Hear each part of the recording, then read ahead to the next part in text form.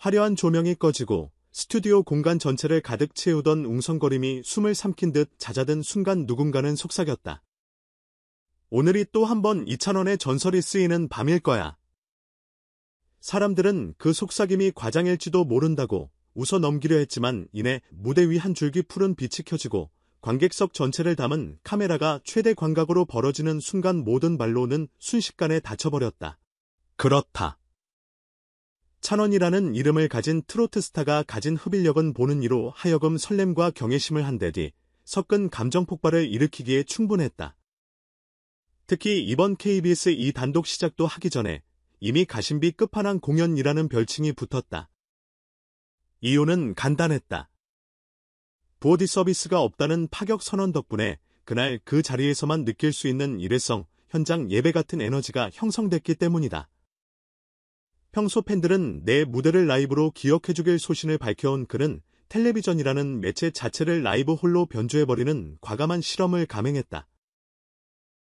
수백 명 스태프와 장비팀, 의상팀, 심지어 음향 연구진까지 총출동한 초대형 스케일이 정작 영상으로 남지 않는다는 사실은 아이러니컬하게도 관객의 기대치를 폭발적으로 끌어올렸다.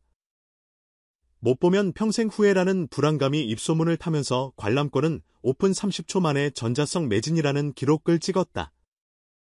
출연료 역시 파격이었다.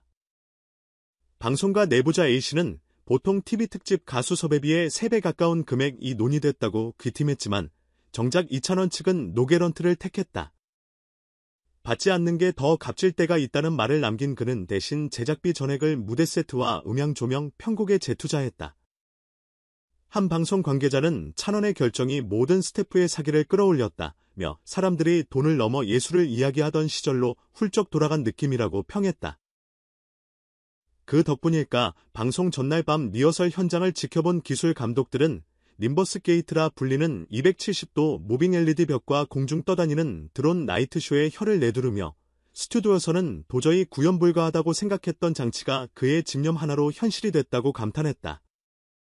무대를 감싸는 3만 개 광섬유가 서서히 찬원의 실루엣을 형성할 때 현장에 있던 MC조차 이건 거의 K-뮤지컬과 K-트로트의 융합 실험실이라고 탄성을 터뜨렸다는 후문이다. 흥미로운 건 정작 이찬원은 초대형이라는 수식어에 오히려 웃으며 고개를 저었다는 점이다.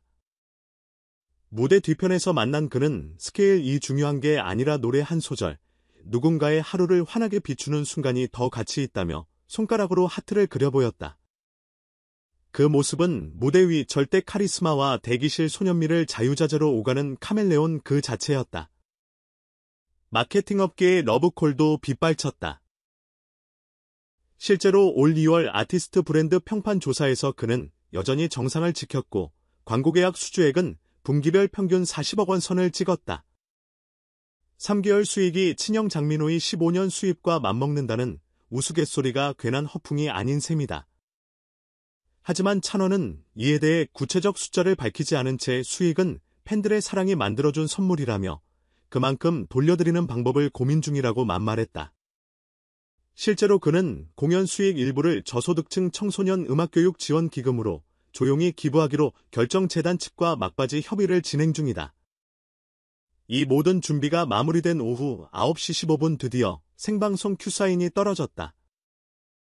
카메라가 붉은 불빛을 켠 찰나 스튜디오 천장이 열리며 천천히 내려오는 거대한 실크천이 눈길을 사로잡았다.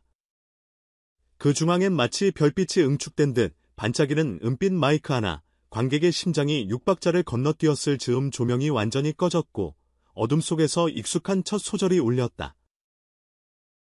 그대라는 시가 흐르듯 어느새 천 위에 서 있는 그는 잔잔한 피아노 선율을 따라 관객석을 스캔하듯 고개를 들었다. 숨죽이던 방청객이 일제히 함성을 터뜨려도 그의 목소리는 한치 흔들림 없이 청아하게 뻗어나갔다. 뒤이어 펼쳐진 네트로 이뎀 트로트 메들리에서는 화려한 댄서진과 막국수처럼 뒤엉킨 관객 대창이 스피커를 뚫고 나왔다. 일렉트로닉 베이스 드롭 직전에 트로트 꺾기 주법을 밀어넣는 아찔한 편곡은 현장 스태프조차 저게 가능하다고 애를 되뇌게 했다는 평가. 이찬원은 스팽글이 촘촘히 박힌 실버 재킷을 휘날리며 정확히 64비트마다 관객과 호흡을 맞췄다. 객석 맨 뒤 할머니 팬이 흔드는 LED 응원봉에도 시선을 보내는 여유까지 더하니 현장은 흡사 거대한 가족 잔치 같았다. 그러나 진짜 클라이맥스는 따로 있었다. 공연 중반 마치 연출팀과 사전 약속이라도 된 듯 실시간 댓글창에 하트 이모티콘이 폭발할 즈음 스크린에는 스페셜 기프트라는 자막이 번쩍였다. 이어서 흘러나온 것은 그의 신곡 콜링스타워의 15초 미공개 티저 잔잔한 스트링과 어쿠스틱 기타 루프 위로 우리는 결국 별빛으로 돌아갈 가성과 진성이 오가는 보컬 이 얹히는 순간 팬덤 사이에서는 둥스타일 2025 버전이라는 탄성이 쏟아졌다. 티저 영상이 끝나기도 전에 예약 판매 문의가 쇄도했고 포털 실검에서는 이찬원 신곡이 번개처럼 1위에 올랐다. 방송이 끝나고도 열기는 식지 않았다. VOD가 없다는 제안이 오히려 현장에 없던 사람도 체감하게 만드는 바이럴 기폭제로 작용했다. SNS에는 관객이 휴대폰으로 몰래 찍은 15초짜리 퍼포먼스 클립이 수만 번 리트윗됐고 내년에 이런 무대 또 있을까라는 댓글이 꼬리에 꼬리를 물었다. 언론은 이찬원이 한밤 사이에 TV 포맷의 룰을 바꿨다고 논평했다. 실제로 타 방송사 PD들이 VOD 없는 특집을 벤치마킹하겠다며 긴급 회의를 열었다는 소식도 들린다. 그리고 공연 다음날 이찬원은 새벽 5시에 홀연히 보건복지부 어린이 전문병원으로 향했다. 한참 전부터 진행해 온 재능기부 프로젝트 희귀병 어린이를 위한 드막치료실 개관식에 참석하기 위해서였다. 그는 간이 연주대에 앉아 전날 공연 복장을 그대로 입은 채 아이들과 합창했다. 누구에게나 영웅이 필요하잖아요. 오늘은 제가 그 영웅이 아니어도 돼요. 여러분 모두가 이미 영웅이니까 그 짧은 멘트는 새벽 뉴스 헤드라인으로 퍼져나가며 또다시 온라인을 달궜다. 정작 본인은 대단한 게 아니다. 노래는 원래 누군가의 손을 잡아주는 소리니까라고 담담하게 말했다.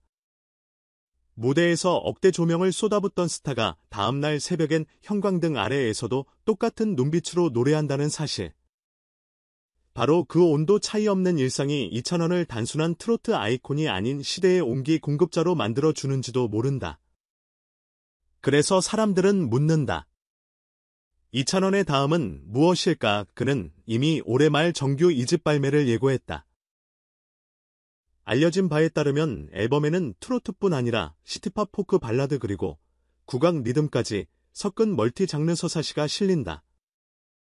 심지어 한 곡에는 아날로그 테이프 레코딩 방식을 도입해 따뜻한 잡음까지 그대로 담아냈다는데 업계에서는 찬원이 아니면 시도조차 어려운 실험이라며 촉각을 곤두세우고 있다. 물론 수치도 따라온다. 광고계에서는 그를 두고 Z세대와 베이비붐 세대를 동시에 홀리는 유일한 키 플레이어라고 분석한다. 실제로 생활가전부터 금융 헬스케어 자동차 심지어 NFT 플랫폼까지 그의 이미지를 잡기 위해 입찰 경쟁을 벌였고 어떤 브랜드는 동남아시아 버전 광고까지 계약하며 이찬원 글로벌 확장을 선언했다. 그러나 그는 모든 제안을 받을 순 없고 음악과 가치가 겹치는 곳에 만서겠다는 단호한 기준을 지키고 있다. 이쯤 되면 사람들은 이찬원 신드롬의 실체를 궁금해한다. 하지만 답은 의외로 단순하다. 그는 라이브를 통해 정제되지 않은 진심을 던지고 거기에 열광한 팬들은 다시 사랑을 보낸다. 그 순환이 거듭되며 신뢰 자본이 쌓이고 곧이어 막대한 브랜드 파워로 전이된다.